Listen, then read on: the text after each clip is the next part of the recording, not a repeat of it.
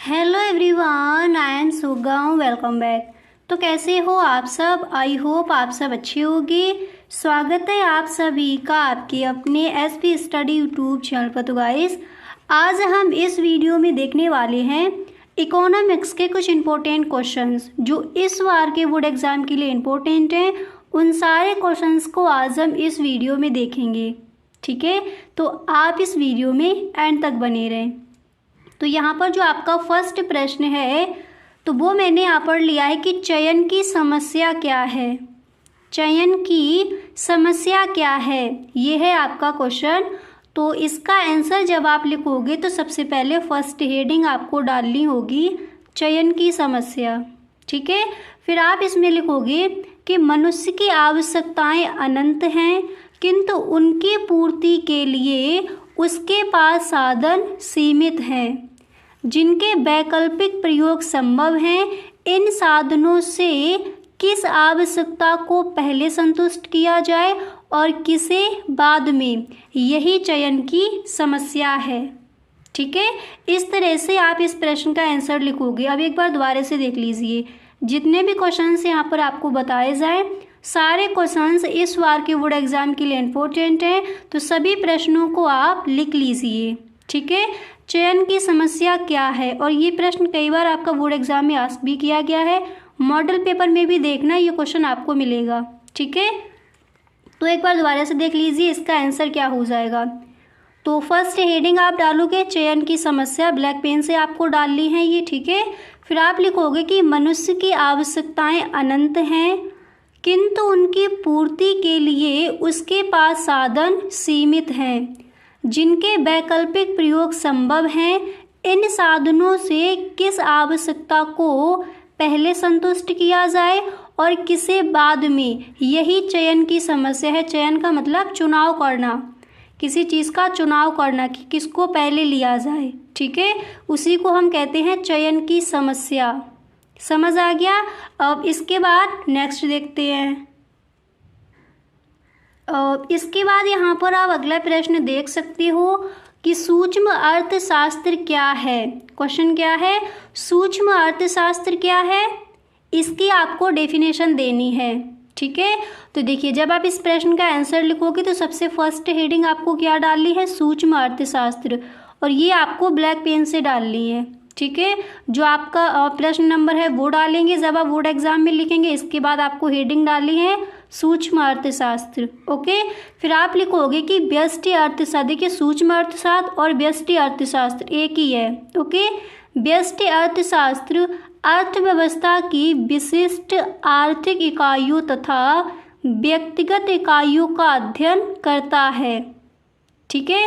इसके अंतर्गत एक फर्म, एक उद्योग, एक वस्तु अथवा एक आर्थिक कारक यानी इकाई का अध्ययन किया जाता है, ठीक है? अगर किसी व्यक्ति की आय है उसका अध्ययन हम किसके अंतर्गत करेंगे? सूक्ष्म अर्थशास्त्र यानी व्यष्टि अर्थशास्त्र के अंतर। और पूरे देश की आय है तो उसका अध्ययन हम किसके अंदर करते हैं? समष्टि अर्थशास्त्र के अंदर। तो व्यष्टि अर्थशास्त्र यानी छोटा अर्थशास्त्र और समष्टि अर्थशास्त्र यानी विशाल अर्थशास्त्र, ठीक है? तो इसको हम सूक्ष्म अर्थशास्त्र भी कह सकते हैं, व्यष्टि अर्थशास्त्र को। तो समझ आ गया कि सूक्ष्म अर्थशास्त्र या फिर व्यष्टि अर्थशास्त्र क्या है। अब इसका जो इसकी परिभाषा है उसको एक बार दोबारा से देख लीजिए और यहीं पर आपको याद कर लेनी है। देखिए, व्यष्टि अर्थशास्त्र अर्थव्यवस्था की विशिष्ट आर्थिक इकाइयों तथा व्यक्तिगत इकाइयों का अध्ययन करता है, ठीक है? इसके अंतर्गत एक फर्म, एक उद्योग, एक वस्तु अथवा एक आर्थिक कारक यानी इकाई का अध्ययन किया जाता है। किसके अंदर? सूक्ष्म अर्थशास्त्र यानी व्यष्टि अर्थशास्त्र के अंतर्गत, ठीक है?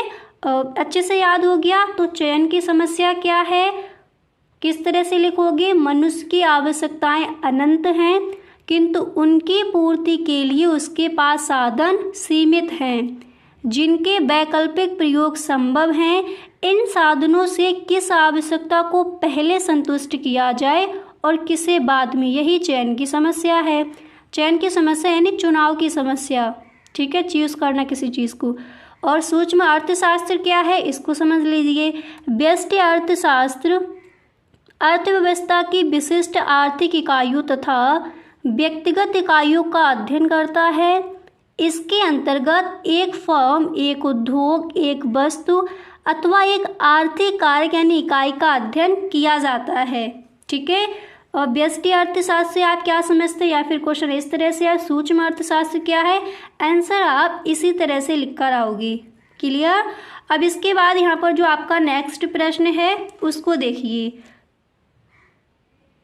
तो यहाँ पर देखिए जो आपका नेक्स्ट है, अगला प्रश्न जो है वो यहाँ पर क्या दिया गया है। तो क्वेश्चन आपका है कि उत्पादन संभावना वक्र क्या है। ठीक है, उत्पादन संभावना वक्र क्या है, इसका आंसर आपको लिखना है। ठीक है, तो देखिए उत्पादन संभावना वक्र क्या है। तो जब आप इस प्रश्न का आंसर लिखोगे तो सबसे पहले यहाँ पर आपको हेडिंग डालनी होगी उत्पादन संभावना वक्र। ठीक है, और फिर आप इसमें लिखोगे कि उत्पादन संभावना वक्र दो वस्तुओं x तथा y के उन सभी संयोगों को बताता है जिनका उत्पादन अर्थव्यवस्था के संसाधनों का पूर्ण रूप से उपयोग करने पर किया जाता है। ठीक है, जबकि साधनों की मात्रा स्थिर है, उनका पूर्ण उपयोग हो रहा है और उत्पादन तकनीकी दी हुई है। तो उत्पादन संभावना वक्र क्या है, एक बार दोबारा से देख लीजिए। सबसे पहले आप ब्लैक पेन से हेडिंग डालोगे उत्पादन संभावना वक्र।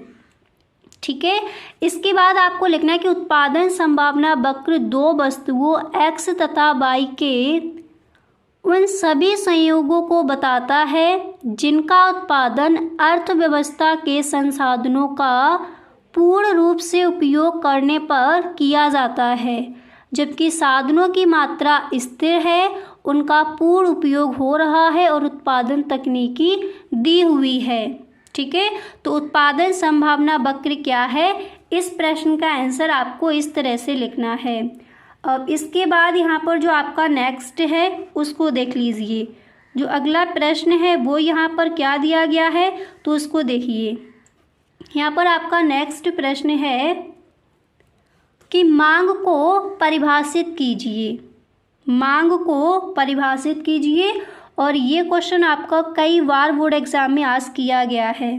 ठीक है, इस तरह से पूछा जाए कि मांग की परिभाषा दीजिए, या फिर मांग को परिभाषित कीजिए, या फिर मांग से आप क्या समझते हैं, मांग का क्या आशय है। ये इस तरह से जितने भी आपके क्वेश्चन आज किए जाए आंसर आपको इसी तरह से लिखना है। ठीक है, जो यहाँ पर दिया गया है। तो अगर इसी तरह से क्वेश्चन आता है कि मांग को परिभाषित कीजिए, तो आप सबसे पहले हेडिंग डालोगे मांग की परिभाषा। ठीक है, इसके बाद आप लिखोगे किसी दी हुई कीमत पर किसी वस्तु की मांग उस वस्तु की वह मात्रा है जो उस कीमत पर एक निश्चित समय पर खरीदी जाएगी। ठीक है, मांग की परिभाषा क्या हो जाएगी, देखिए किसी दी हुई कीमत पर किसी वस्तु की मांग उस वस्तु की वह मात्रा है जो उस कीमत पर एक निश्चित समय पर खरीदी जाएगी, उसी को हम मांग कहते हैं। ठीक है, तो मांग की परिभाषा अच्छे से क्लियर हो गई। अब इसके बाद नेक्स्ट देखते हैं। तो पहला प्रश्न था चयन की समस्या क्या है, आपने समझा। सूक्ष्म अर्थशास्त्र क्या है, आई होप अच्छे से आपको क्लियर हो गया होगा। एंड नेक्स्ट था कि उत्पादन संभावना वक्र क्या है। इसके बाद अगला प्रश्न ये था कि मांग को परिभाषित कीजिए। ठीक है, अब इसके बाद नेक्स्ट प्रश्न देखते हैं। अब इसके बाद यहाँ पर आप देख सकते हो जो आपका अगला प्रश्न है तो वो है कि किसी वस्तु की पूर्ति का अर्थ लिखिए। कई बार प्रश्न ये आस्क भी किया गया है। ठीक है, किसी वस्तु की पूर्ति का अर्थ लिखिए, ये प्रश्न है आपका। तो देखिए जब आप आंसर लिखोगे तो फर्स्ट हेडिंग डालोगे पूर्ति का अर्थ, ब्लैक पेन से आपको डालनी है। ठीक है, एंड इसके बाद आपको लिखना है कि किसी वस्तु की पूर्ति से तात्पर्य उस वस्तु की उस मात्रा से है, उस वस्तु की उस मात्रा से है जिसको उत्पादक या विक्रेता एक निश्चित अवधि के दौरान एक निश्चित कीमत पर बेचने योग्य या बेचने के इच्छुक है। ठीक है, पूर्ति का अर्थ क्या हो जाएगा, दोबारा से समझिए। देखिए, किसी वस्तु की पूर्ति से तात्पर्य वस्तु की उस मात्रा से है जिसको उत्पादक यानी विक्रेता यानी बेचने वाला एक निश्चित अवधि के दौरान एक निश्चित कीमत पर बेचने योग्य या बेचने के इच्छुक है, उसी को हम कह देंगे पूर्ति का अर्थ, यानी किसी वस्तु की पूर्ति का अर्थ।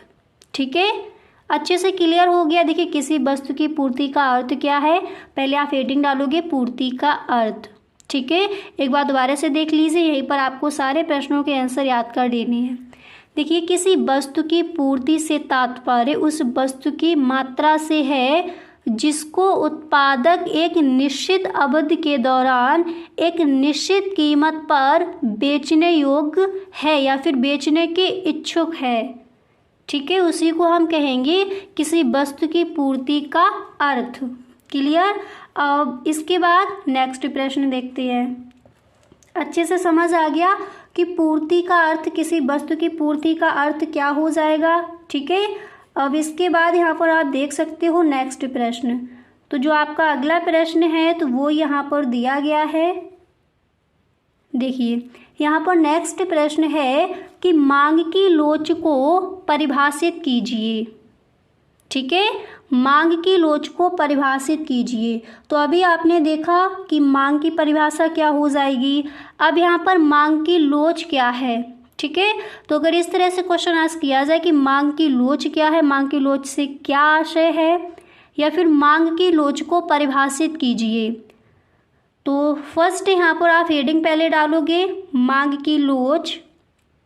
इसके बाद देखिए, प्रोफेसर मार्शल के अनुसार कि इन्होंने मांग की लोच की जो परिभाषा है वो क्या दी है। ये हमारे अर्थशास्त्री है मार्शल जी, तो इन्होंने क्या दी है मांग की लोच की परिभाषा, उसको समझते हैं। तो प्रोफेसर मार्शल जी कहते हैं कि बाजार में किसी वस्तु की मांग का अधिक या कम लोचदार होना इस बात पर निर्भर करता है कि एक निश्चित मात्रा में मूल्य के घट जाने पर मांग की मात्रा में अधिक वृद्धि होती है अथवा कम। इसके बाद आप लिखोगे अथवा कम। इसके बाद आपको लिखना है तथा एक निश्चित मात्रा के मूल्य के बढ़ जाने पर मांग की मात्रा अधिक कमी होती है या कम। ठीक है, देखिए एक बार दोबारा से देख लीजिए कि मांग की लोच आखिर है क्या। बाजार में किसी वस्तु की मांग का अधिक या कम लोचदार होना इस बात पर निर्भर करता है कि एक निश्चित मात्रा में मूल्य के घट जाने पर मांग की मात्रा में अधिक वृद्धि होती है अथवा कम, तथा एक निश्चित मात्रा के मूल्य के बढ़ जाने पर मांग की मात्रा अधिक कम होती है या फिर अधिक कमी होती है या कम। ठीक है, ये हो जाएगी मांग की लोच। समझ आ गया। अब इसके बाद यहाँ पर जो आपका अगला प्रश्न है उसको देखते हैं। ठीक है, तो यहाँ पर जो आपका नेक्स्ट प्रश्न है तो वो आपका दिया गया है, इसको देखिए। देखिए अगला प्रश्न ये है आपका, और ये कई बार बोर्ड एग्जाम में आस्क भी किया गया है। ठीक है, जो नेक्स्ट प्रश्न है उसको देखते हैं। देखिए यहाँ पर अगला प्रश्न है कि गिफिन वस्तुओं के संदर्भ में मांग रेखा का आकार कैसा होता है। क्वेश्चन क्या है, एक बार दोबारा से पढ़ लीजिए प्रश्न को कि गिफिन वस्तुओं के संदर्भ में मांग रेखा का आकार कैसा होता है। तो जब आप इस प्रश्न का आंसर लिखोगे तो फर्स्ट हेडिंग यहाँ पर आपको डालनी होगी गिफिन वस्तुओं के संदर्भ में मांग रेखा का आकार। ठीक है, इस तरह से हेडिंग डालने के बाद देखिए इस तरह से हेडिंग डालने के बाद फिर आप यहाँ पर लिखोगे कि गिफिन वस्तुओं के मांग वक्र का ढाल घटती कीमतों के साथ घटता जाता है तथा बढ़ती कीमतों के साथ ऊर्ध्व यानी बढ़ता होता है, ऊर्ध्व होता है या फिर बढ़ता जाता है। ठीक है, तो गिफिन वस्तुओं के संदर्भ में मांग रेखा का आकार कैसा होता है, तो फर्स्ट हेडिंग ये डालनी है। फिर आप इसमें लिखोगे कि गिफिन वस्तुओं के मांग वक्र का ढाल घटती कीमतों के साथ घटता जाता है तथा बढ़ती कीमतों के साथ ऊर्ध्व होता है। ठीक है, इस तरह से। अब यहाँ पर ये आपको जितने भी क्वेश्चन बताए जा रहे हैं ये सारे ही प्रश्न आपके अतलग उत्तरीय प्रश्न हैं। ठीक है, ये सारे प्रश्न इंपॉर्टेंट हैं इस बार के बोर्ड एग्जाम के लिए। इन सारे प्रश्नों को आपको लिख लेना है। इसके बाद यहाँ पर आप देख सकते हो जो आपका नेक्स्ट प्रश्न है।